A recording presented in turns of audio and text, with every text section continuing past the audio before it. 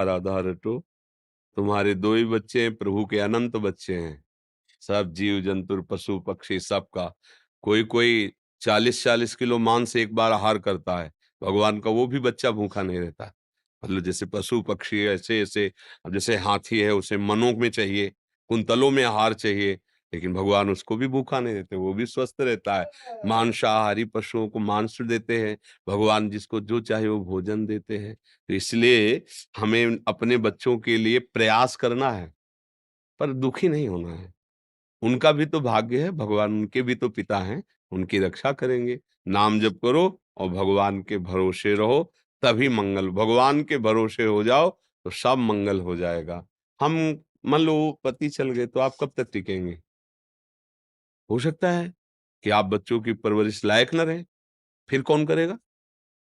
दुखी मत हो। सर्वलोक महेश्वर भगवान, एक बार सोझा जी का चरित्र हमने कई बार सुनाया है कि उनको गृहस्थी से वैराग्य हुआ। भक्त थे, ब्याह हुआ और नया बच्चा प्रकट हुआ जब, तो वैराग्य हुआ। वो सब देख कर उनको बस अब निरंतर भजन करेंगे। पत्नी से कहा कि धर्म कहता है कि जब वैराग्य की भावना हो तो पत्नी को सूचना देनी चाहिए।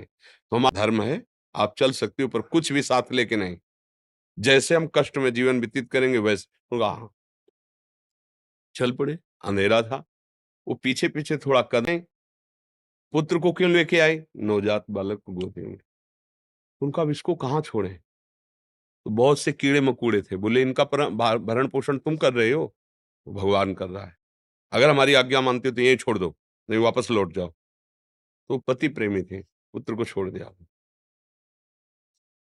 अब भजन तो करते रहे, 10-12 वर्ष हो गए, पर माँ का हृदय बार-बार प्रश्न करता कि क्या हुआ होगा मेरे बच्चे को? सोजा जी ने देखा कि इनकी मना स्थिति जो है, तो उनका चलो एक बार गाँव चलते हैं। तो अपनी जन्मभूमि के दूर रुके। गाँव के लोग आए तो बाल बढ़ गए थे, सहसा नहीं पहचान पाए।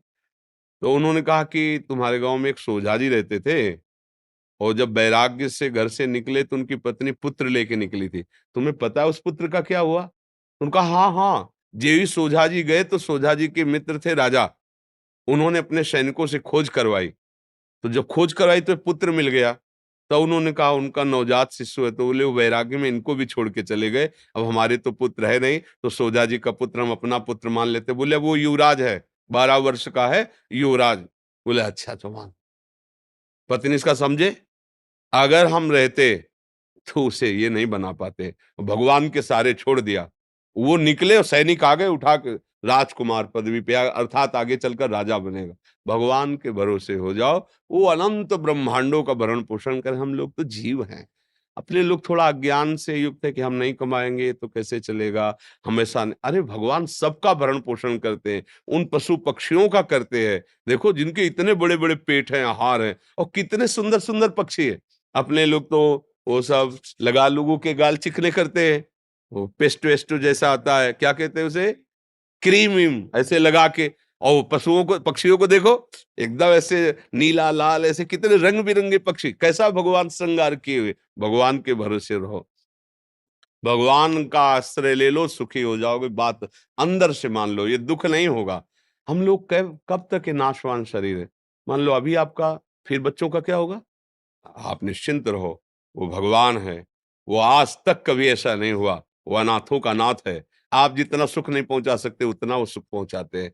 जब तक अहंकार रहता है, तब तक लगता है कि मैं कर रहा हूँ, जब अहंकार गलित हो जाता है, तो दिखाई देता है कि वही विश्व ब्रह्मांड में उसी का सारा खेल चल रहा है। केवल हम अज्ञान से समझते हैं कि अगर हम अपने परिवार का भरण-पोषण न करें, तो परिवार मर जाएगा। लेकिन जब वो मर जाता है, तो अच्छे से परिवार का भरण-पोषण होता है, थोड़े दिन शोक रहता है, फिर वैसे ही सब। तो इसलिए सावधान रहो, नाम जप करो, भगवद आश्रित रहो। भगवान सबका भरण पोषण करते हैं, तुम्हारे बच्चे का भी भरण पोषण वही करेंगे।